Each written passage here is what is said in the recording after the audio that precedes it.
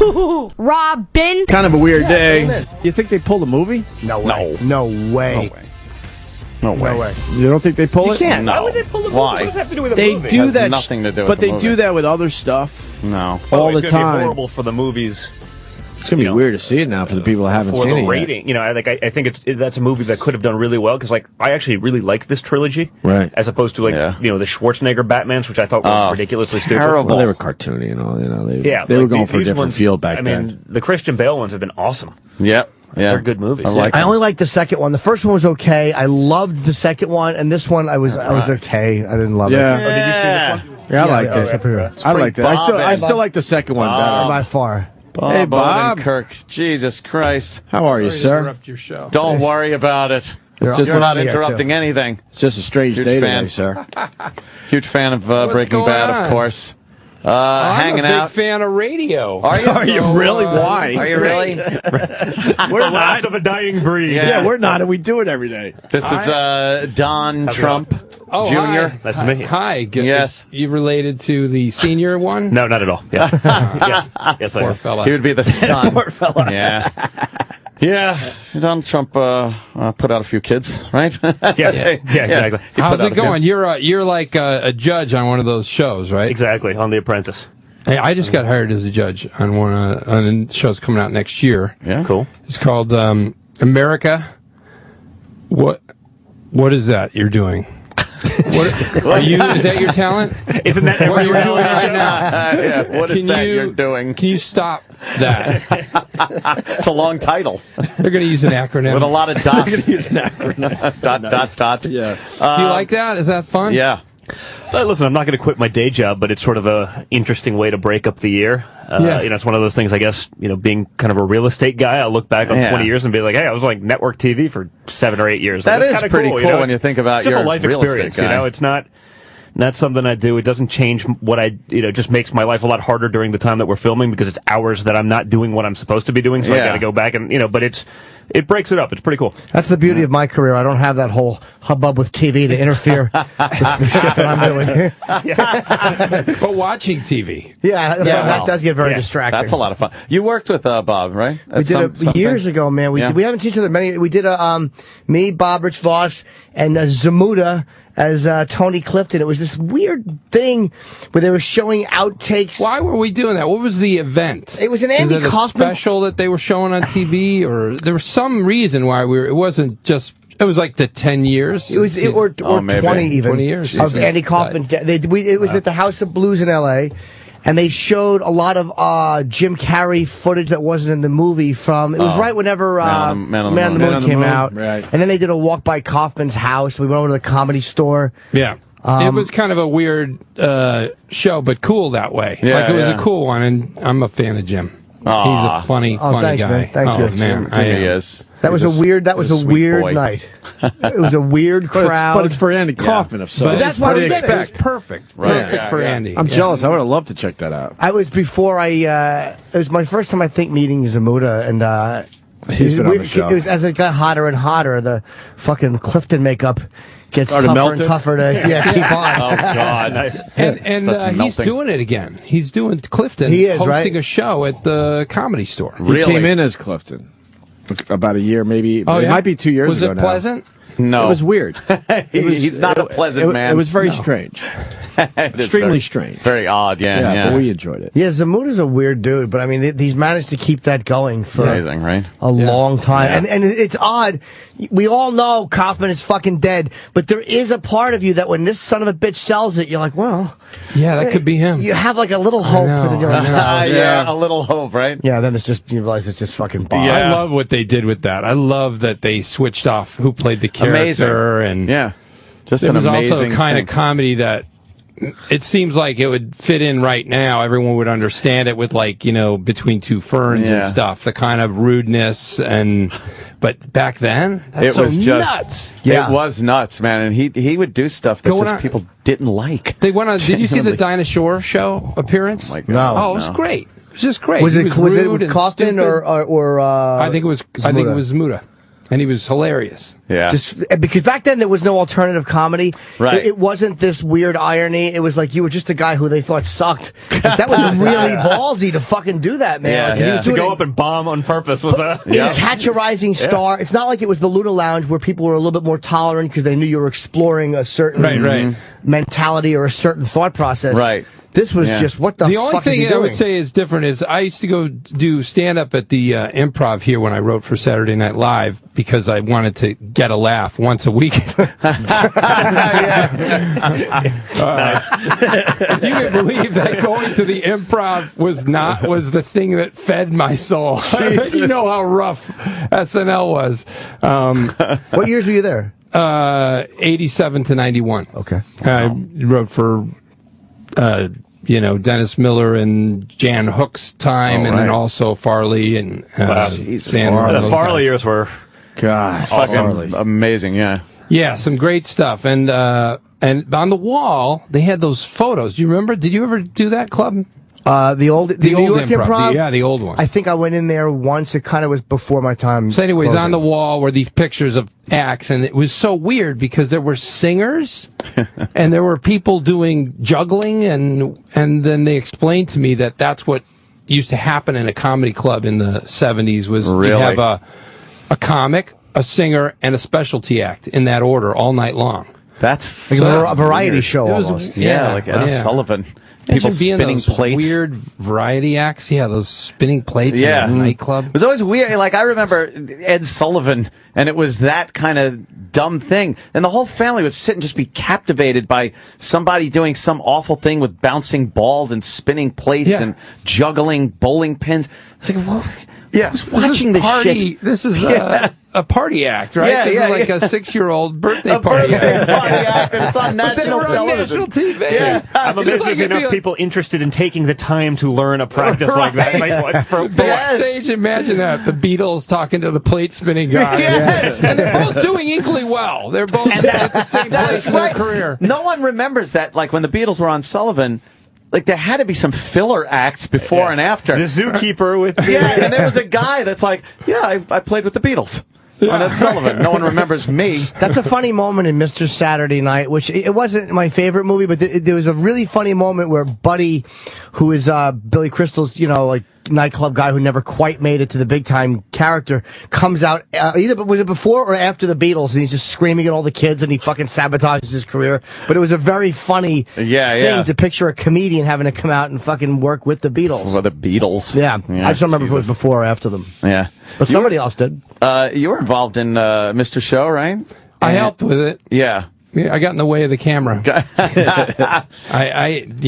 and I did that. David Cross and I. And of course also Ben Stiller's show too. Which, that show, why didn't that show take off? Because it was on opposite 60 Minutes. Oh, was it? It was such a crazy placement for that show. It was Sunday at fucking 7? parodies and definitely for young people. Yeah. And it was opposite 60 Minutes. I mean, it was death right away. What time? What channel? Jesus. It was Fox, which was just beginning to have shows. So, you didn't even know they had shows some nights. They did have like a Fox Sunday, and then like the rest of the week, it was the local affiliate was running I Love Lucy or something. Yeah, right. And then they built it into a 7-day-a-week network. Yeah, but at the time, you're right. It was like Fox Sundays. Well, maybe they didn't have a lot of spaces to choose from, but it really was not going to do well.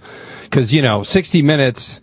They already had, all those people. Their audience was people between 7 and 75, and we had everyone else that we could pluck from. Yeah, I remember that just being really a funny show, very cutting edge and comedy that you weren't seeing everywhere else. It was also pretty weird. I mean, people say, I don't know, when people use the word weird for comedy, I think sometimes it means they're boring.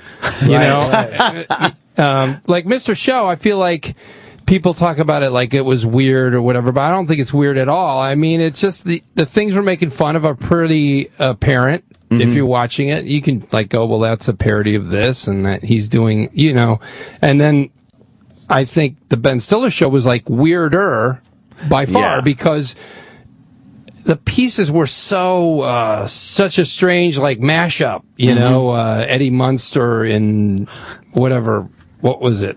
I can't remember where. Cape Fear, and like, where does that come from? Medieval Cops. I remember that one too. It was cool. Some funny stuff. Yeah. Who else was on that? It was you, obviously, Stiller, Janine Garofalo. Andy Dick. Oh, right. Judd Apatow was the producer. Jeez. Rob Cohen, Jeff Kahn, David Cross wrote for the last, 3 episodes. I never talked to him. I just gave him shit. He was in the room pitching, and he was a new writer, right? So he wanted to get something on, and people were pitching these parodies that I hated, these stupid, mix the titles together, and somebody had A Few Good Scouts. And I was like, ugh. And David was like, yeah, he was just trying to cooperate as a new writer. He was like, I finally got a job. I'm making money doing comedy. And he's like, well, you could do this and you could do that. And I think Judd said, well, write it up. And I turned to him and I said, good luck with that.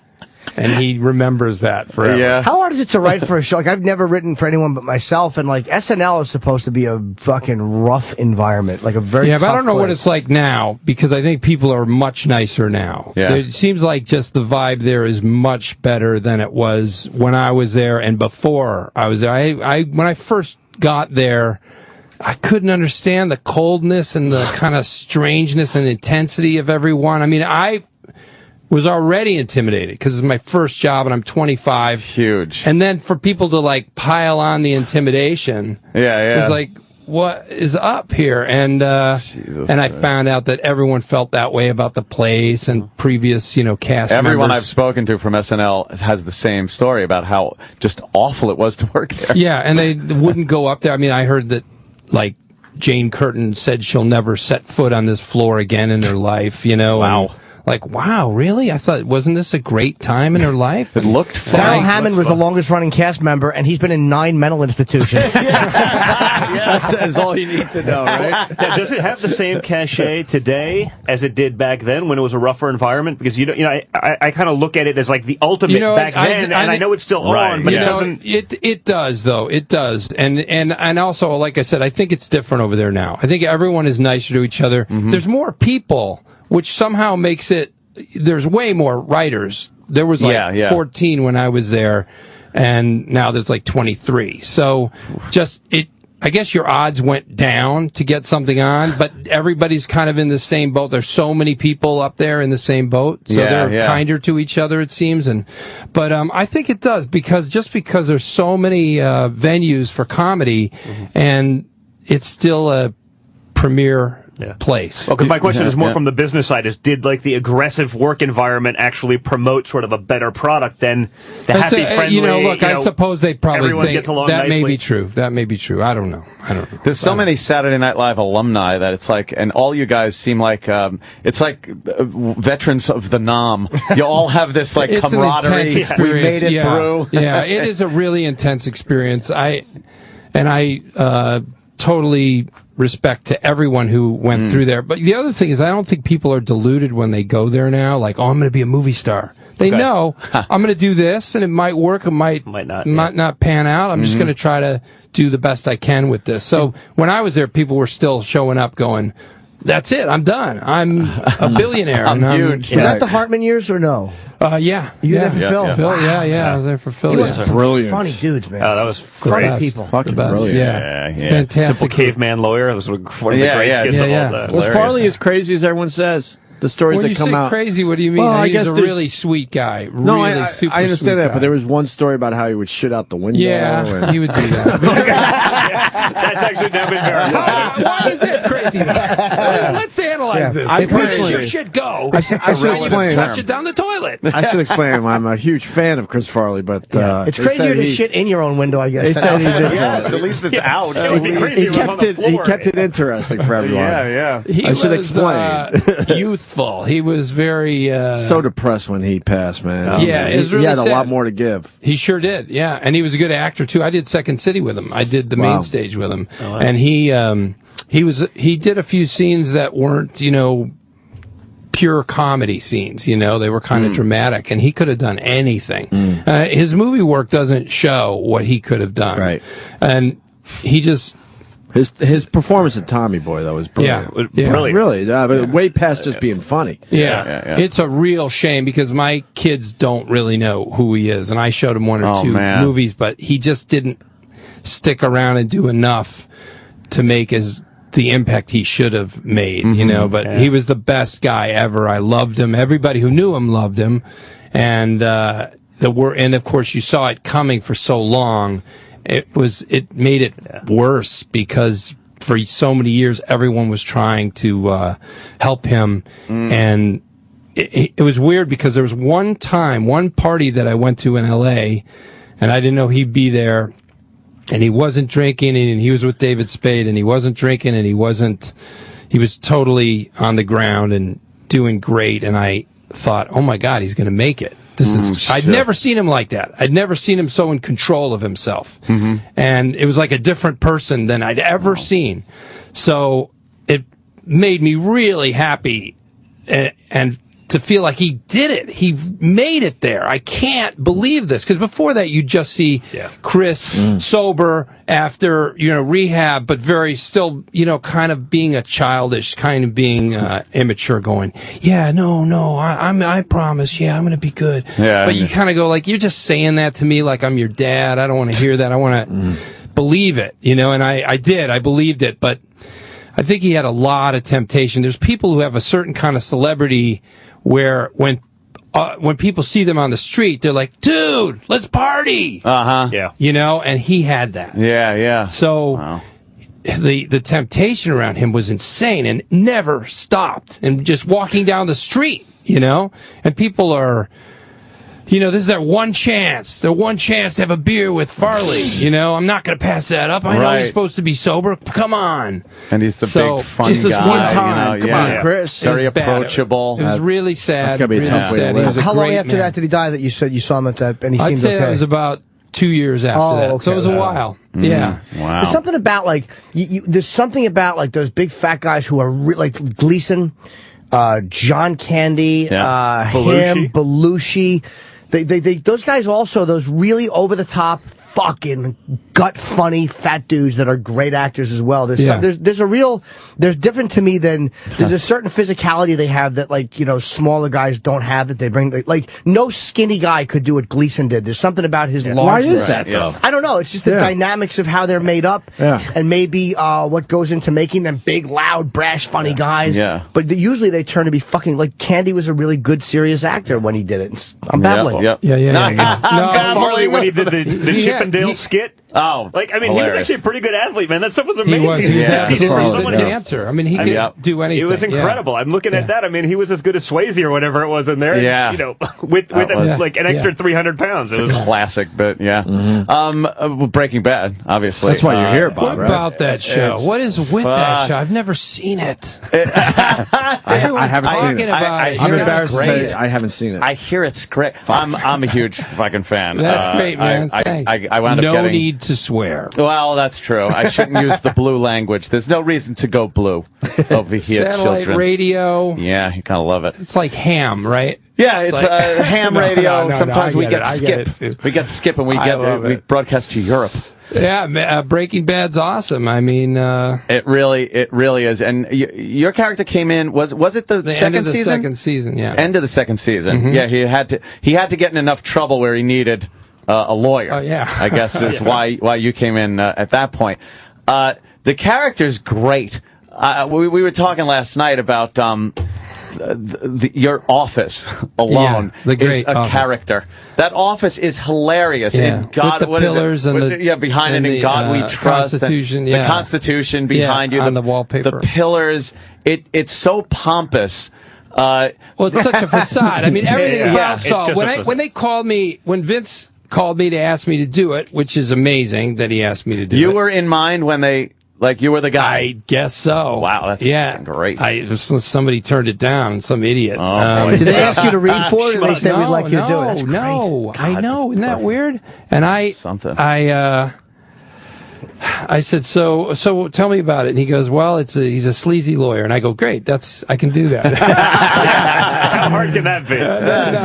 And then he goes, his name's Saul Goodman, and he blah blah blah. And I go, whoa. I said, I'm not Jewish. My kids are Jewish and my wife is, but I'm not. And he goes, oh, well, he's not Jewish. He's Irish. He made that name up. Yeah. He just wanted to even better. Appear Jewish to the homeboys, because it is great. Credibility. Saul Goodman. Yeah. And Saul I said, Goodman. that's fantastic. Yeah. Right away. And I right away wanted to do the hair, the mullet, and the comb over mixed together, but also cleaned up as much as possible on the sides. Yeah. And no offense to comb overs. Family tradition. I heard that one on no less than millions of occasions. I'm sorry. No. I'd make fun of it myself, but karma's a bitch, and I figured my genetic propensity towards potential bad hair, I'd rather just not go there. You're lucking out. You got a great head of hair. Right? You really do. I'm doing okay so far. Yeah, that's why I don't want to tempt fate. I'll leave it alone. Good. So and honestly, Jim, I showed up there. I would not have been surprised if they said Odenkirk. Oh, that wasn't the name. No, go back home. We Wrong didn't want actor. you. No, I can't believe it. So years later, 2 years into it, I asked Vince. Vince Gilligan writes the show, and he's the mastermind of the show. And there's great writers, amazing writers, but he is the final say, and I think propels it into the place that it is. And I said, so why'd you hire me? Is it because of the Larry Sanders Show? Because there's some similarities between the characters, Saul and Stevie Grant, the agent I played. Yeah. And he goes, no, Mr. Show. So I don't know. I'm not going to touch it. I've done it for 3 years now, and I love it. Great situation, man. I'm just going to keep going. Was the character supposed to be as prevalent in the show? No, he's. I don't know, because Vince is hard to scrutinize, but he said, initially it was 3 episodes. Wow, really? Yeah. Wow. Like Omar from The Wire was supposed to be on for 6, and it just worked, and he became the star of the show. That's great. People love the character. The character's so sleazy. He makes wisecracks and stuff. Yeah. And because for him, like all these characters that you've been watching, if you watch Breaking Bad, everybody's got a gun to their head. Yeah. Everybody. Yep.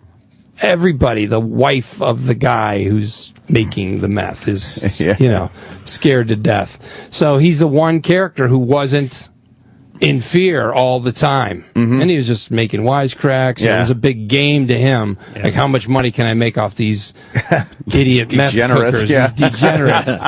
And then now, as the intensity of the show has gone up, which is amazing, right? That it keeps going up. You can't believe it. Yeah.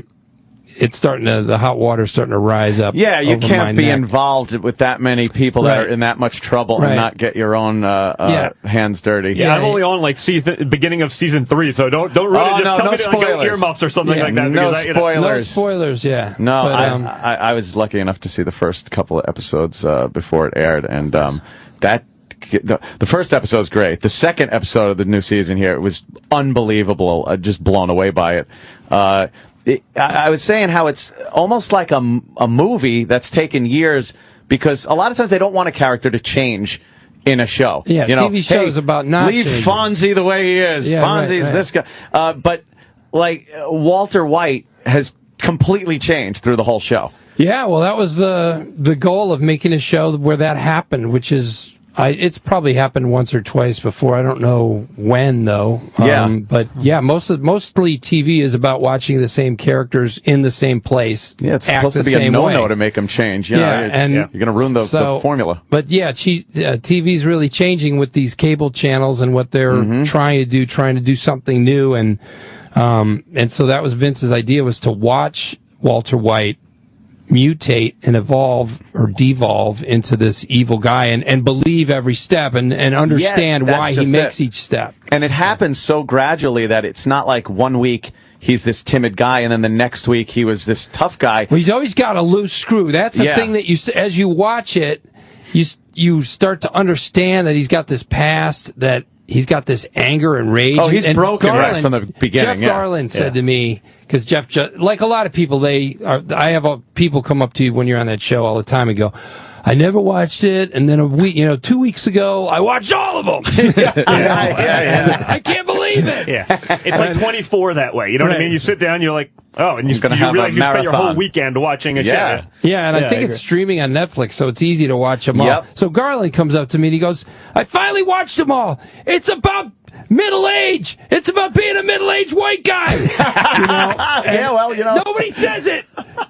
Kind of, if you look at the character and how Walter White's character and how much rage and resentment he has, I think a lot of 50-year-old white guys are like, I never got mine. I never got what's coming to me. He was invisible. He was just a science teacher. And shit on every corner. Yeah, and then always shit on.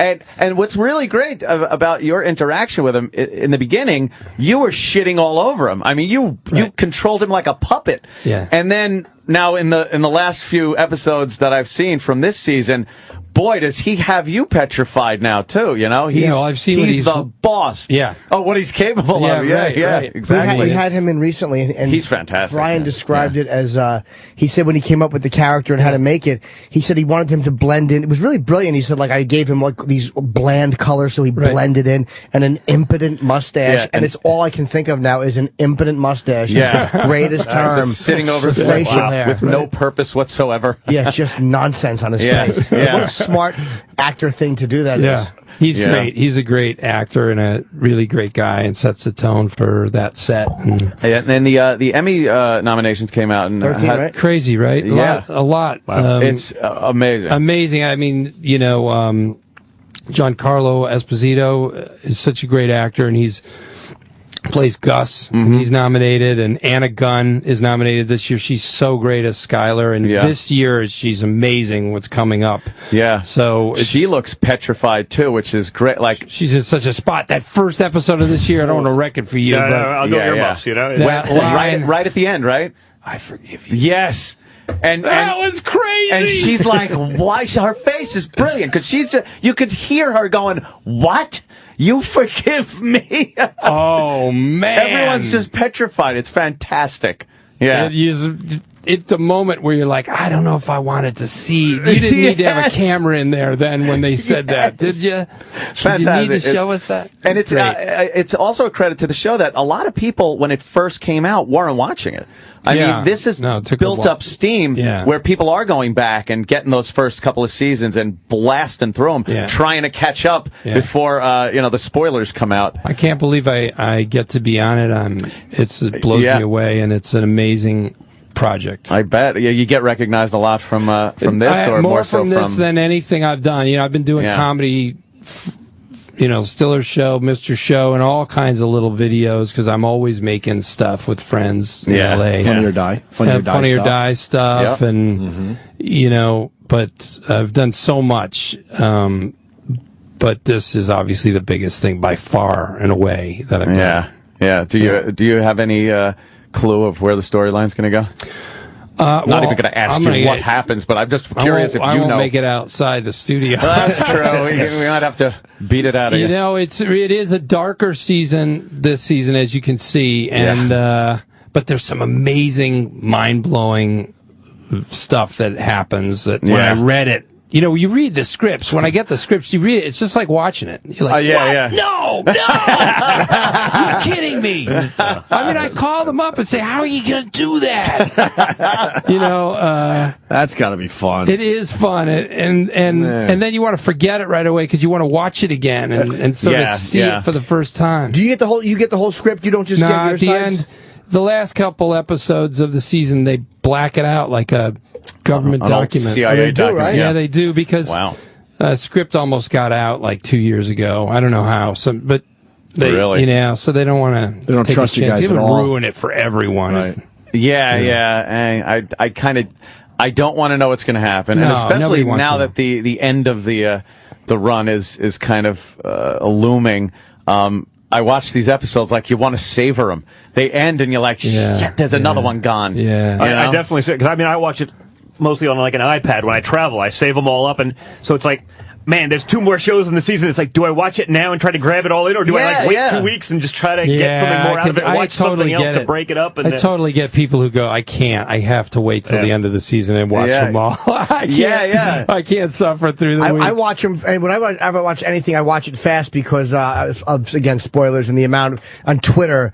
Oh, these pricks. Yeah, they'll ruin anything on Twitter. So you got to get it out quick. Whenever I'm doing something like that, having one of these marathons of a show that I haven't caught up on, I never say on the air that I'm watching it. Oh, speaking of which, don't tell me what happens on Big Ange. Oh, damn! No, don't spoil Big Ange. I'll get right now. I'm on season 2 of Laverne and Shirley, and I want to know what happens. She blows the big ragu. Yeah, I hear there's a double dildo coming where the father catches him in the pizzeria, but I don't want to. Don't. I've been watching Classic Sports Network. Don't tell me what happens. Ali Frazier in Super Bowl 17. Hey, you had a stand-up background, right? It was. I did stand-up. I'm not a real like you're a real stand-up. I'm not a real stand-up. I just use the stage for getting up there and telling jokes and. But you did the Second City. I mean, no, but he does it for a living, and I'm not in real estate. I just build buildings. Jim fights with an audience. See, I don't do that. If they don't like me, I go, well, okay, I got to go. That's okay. You don't have to like me. I probably don't like you. Believe me, if I was a better actor, I wouldn't fight with him either. It's just I have no choice. It's either that or I'm fucking not working at all. Yeah, you got to go with what you got. Yeah. Would love to be a better actor. You know, that's part of it. You know, is being a real great stand-up like you is that you get up in front of people and you work it with that crowd. You make it work for you. It's hard. It's a tough gig. So I just do it for fun. Yeah. But I did it during the comedy boom when I was starting out because I always loved sketch comedy. That's always what I wanted to do. Mm-hmm. And but you could. If you could write some jokes, you could get up there and make tell some them. Money. Yeah. Remember how crazy that was? I mean, I don't know if, Jim, you came kind of... 1990 I started, and I got my first paid gig like April of 91. I was on the tail end of the boom when it was kind of bottlenecking a little bit. We got bamboozled for that paying gig. All right, I was... Dennis Ross and Jim Florentine. Oh, okay. My first paid gig. Yeah? Wow, damn. Yeah, 91. Because I do remember when, there were... On any Friday and Saturday night, crazy. There were so many comedy shows on television. Just they couldn't find enough clubs to pop a camera on in front of that brick wall and just it was comic nuts. after in comic. In Chicago, it was like it was like there were 2 clubs, and then 2 years later there were like 12. Yeah, like these chains, they would open chains of them. Like Zanies had like 3 locations and. One of those just closed too. The Zanies in they closed Vernon Hills like 2 of them. Yeah, and quantity did not mean quality. No, either. It didn't. Wow. No. And every disco had used to be disco had a comedy night. You could pick up $50 and it's better than waiting tables. That hurt a lot of comics too, though. Like a lot of guys who might have been much funnier start headlining before they were ready because there was so many headliner spots available. And then in 1993, 94, 95. They weren't good at writing material, so they were doing the same shit. Yeah. A lot of those guys have been phased out, and probably would have been better acts if they had been forced to. They had to just fucking work their way through it. Clubs up. Yeah, trying to fill up so many goddamn comedy clubs. It was clubs. so crazy. Yeah, it was nuts back then. You can't do it you can't just. It's not like opening a disco where you just play the top songs and everyone can play them. You need to get these guys to show up and have material. Entertain a crowd. So it was really some lame comedy. Yeah. I find sketch to be harder because I've never seen Second City live.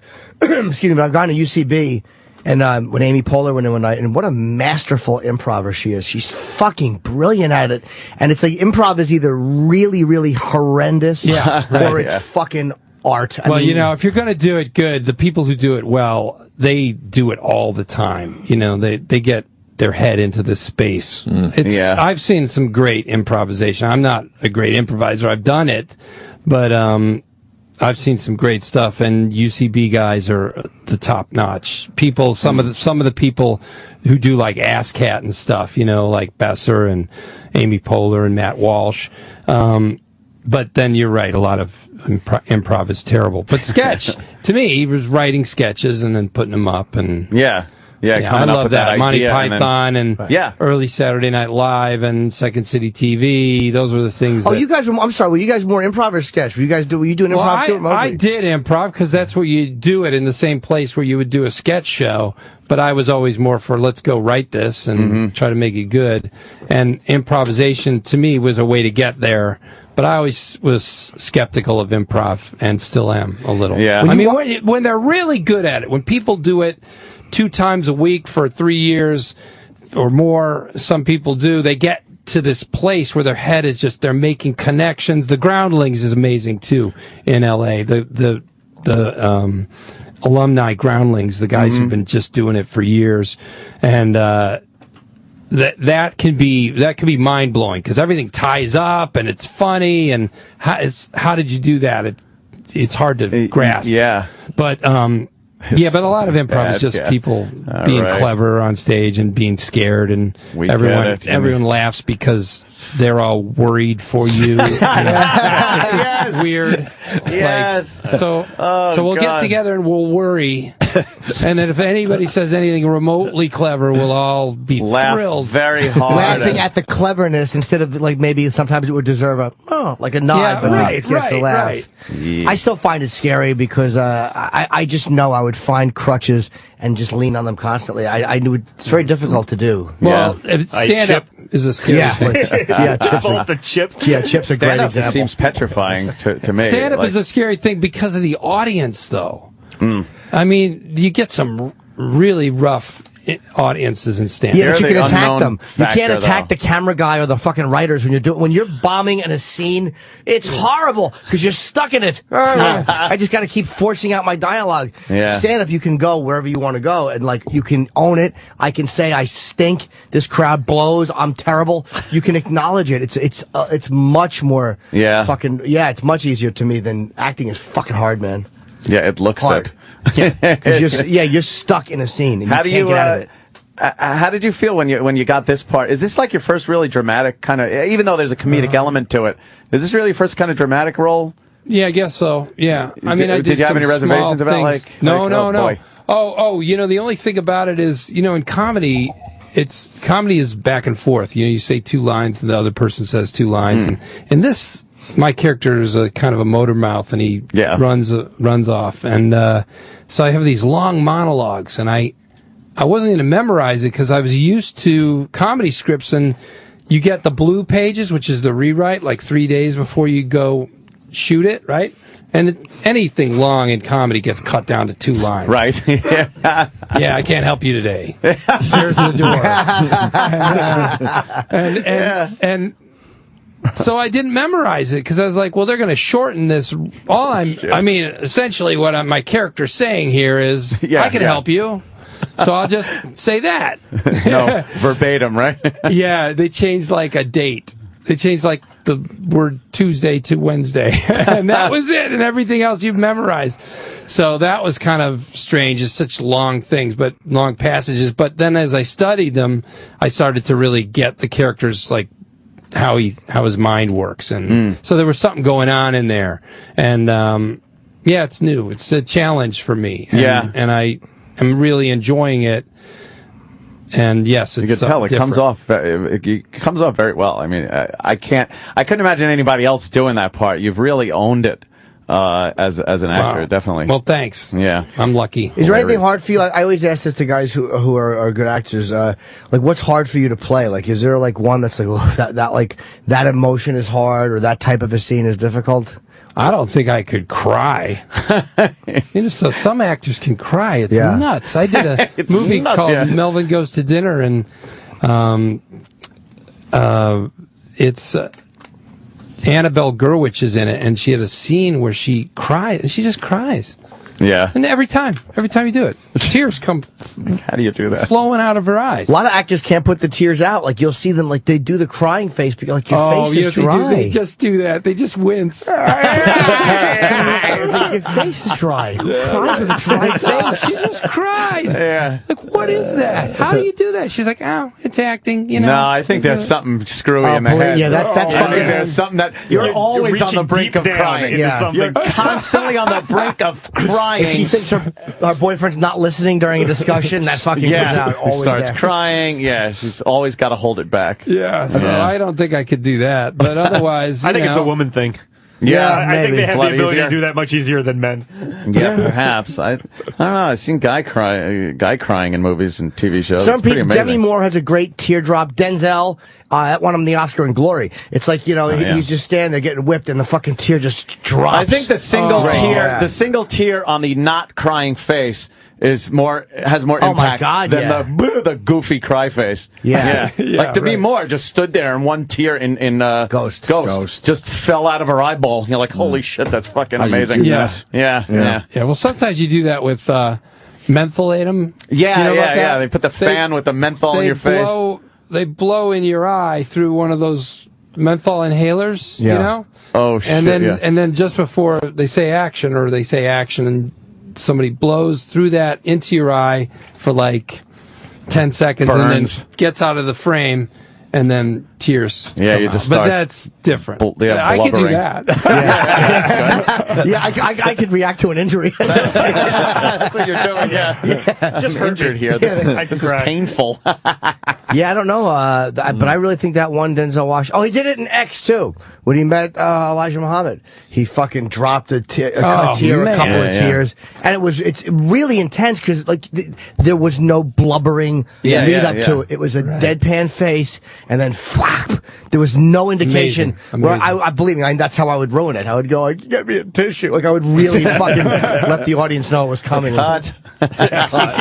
You're not supposed to say tears coming and look at the front camera. It's Jim Cut Norton. 50 take idiot. I tend to do better as the takes go on. Like Louis fun to shoot with because he works like a comic. But some guys are better in the first. What do you mean he works like a comic? Does he? He's okay with fucking around a little bit, like a stand-up, like because he's in charge. So whatever like he'll go. All right, let's just do it, and then we'll play with a line a little bit, or I'll add something, or he'll add something. He's fine doing that as a stand-up. Right. No, I don't change anything. By the way, people, because I've done so much comedy, and because Saul Goodman is funny, they say, so do you improvise a lot of that? I don't improvise anything. It's all written, not a single word. No, that's even more impressive. Don't stray. God, I really learn it verbatim. And do it verbatim. Well, the writing is so good on that show. It's kind of fun to do that too, because that's where you really go, so how do I get from this thought to this thought? And it's neat to do something new. I mean, I'm 50 this year, and people don't often let you do something very different from what you've done. When you get older, so it's cool to have this opportunity. I'm enjoying it. Yeah, it's also obviously it's being written, but you have to deliver the lines, and you can't just do it deadpan straight face. There's inflections and facial expressions and body movements, and you do play a great sleazy lawyer. I just dig through it and ask kind of follow his train of thought and ask myself what he's thinking about. And one thing I also do is, Robert Evans, the famous film producer. Yeah. The Kid Stays in the Picture. Great book, and the best book on tape ever. Book on tape, really? Never experienced the book on tape. Oh, it's so awesome because he's got this incredible. You know Robert Evans, right? Yeah, I know the and he got this. He's got this crazy, up and down to his voice, and he's always saying, "Did I do the right thing? No. Would I do it again?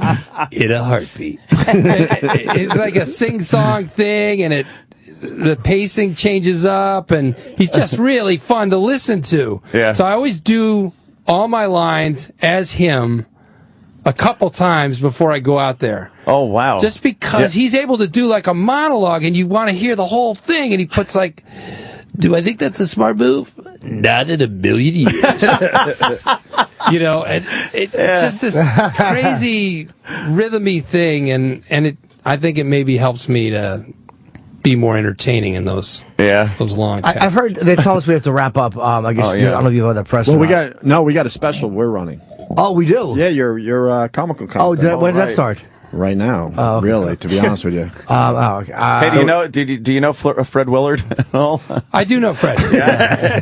Do you like him more now today than you did yesterday? I do. I saw Fred only a few weeks ago. We did a Garland's movie, Jeff Garland's movie, a few weeks ago, and he was so funny. He's fucking hilarious, man. He's really funny. Didn't jerk off once. Not once that you're aware of. Now look, I got to ask you something. Yeah. First of all, I don't go into porn theaters, and this is old people need to learn how to use the internet, right? Of course. You missed the first half of our discussion where this was definitely covered. But you got to buy him a modem. Shouldn't you be arresting people who are in porn theaters not jerking? What are they doing? Exactly. Those are the creeps. What a creepy Why are you in there not jerking off? Right. Yeah, playing words with friends. That is a little bit creepy. I don't know what he was doing, or I don't care. I don't want to know. I can't believe this. People are talking about this in this day and age. He's hilarious. And PBS fired him, those shitheads. Yeah. Even if he was jacking off, he's not fucking in the right place. He's doing it in the right place. Yeah. It's a good citizen. That's what you should do in the right place. Is home in front of your computer, by the way. Limping along, selling weird old combinations of the old TV shows. So weird. PBS. What the? And they get this brilliantly funny dude, this relevant guy who's been in so many great things. Yep. And they shit can him because he behaves like an adult in an adult establishment. If it happened, even. He's saying it didn't happen. So I'm hoping for his sake it actually didn't, just because I'm sure he's embarrassed. Well, I don't care either way. I don't want to hear any more about it. It's just so. You know what I mean? It just shouldn't be reported. It shouldn't happen. Leave people alone. If they want to go in there, I don't care. Yeah, I'm sure, back in the old day, well, it's, the new 24-hour news cycles. I'm sure Clark Gable maybe at some point wanted to spank one out in the movie theater, and they left him alone. Oh, my God. They didn't even news bother today is a little different, man. There's so much Nowadays, stuff that's irrelevant to real news. You got to fill it up, I remember one time jerking off in a porn theater on my way home from a gig. I was, this is way back when they existed on Route 130. Yeah. And you'd always have to sit in a corner away from everybody, because guys sit together when they want to fuck around. But I would always be off to myself. And I remember just you could kind of see in the upper corner, a bunch of guys were lining up in front of some dude who was blowing everybody. Wow. I had to leave. That was the first time I was where poppers were used. So really? I saw the guys breathing, and I'm like, this is too fucking, even for me, it was too creepy. Too David Lynch. Like a movie, right? Yeah. Because I didn't want to be watched jerking off. Yeah, believe me, I'm a hero when I walk into those places. I fucking sachet in, and all eyes are on me. So I left. I'm dishing. How about the fact that at his age, he's just going to town. Yeah, it's good to know. It's fantastic. Good to know. You still have those urges. That's fantastic. And he was in the right place for an older guy. I mean, he obviously, he's got to learn that you can stay home and do that now. So maybe he lost PBS. Maybe he'll get pick up some fucking pay-per-view. Hard-on medication for old people. Exactly. The Postivac. I love the guy. He's fucking hilarious. It doesn't change a thing. Guy's given us years of great entertainment. Leave him alone. Let him do what he wants. I just wanted to know if you knew him and were familiar with He's a great man. Story. Real sweet guy. And so are you, Bob. Thanks for coming. Well, I don't Thanks for having me, guys. Thanks for coming in. Sunday at 10 p.m. on AMC. Great show. Yeah. I definitely suggest you catch up very quickly and then watch Sunday's episode. And are you active on Twitter? It's Mr. Bob Odenkirk. Yeah, I'm not that active on Twitter, but I think you have 3 tweets, sir. Yeah, I know. I don't know what. I'm not going to be involved like you are. A little guy. I'm just going to tell people when I have something on TV or whatever. And just so you know, our gig, Opie and Anthony, we're live in Chicago. The show Friday, August 10th at 115 Bourbon Street. We'll be there in the afternoon. And I'm doing a gig the next night, Saturday the 11th.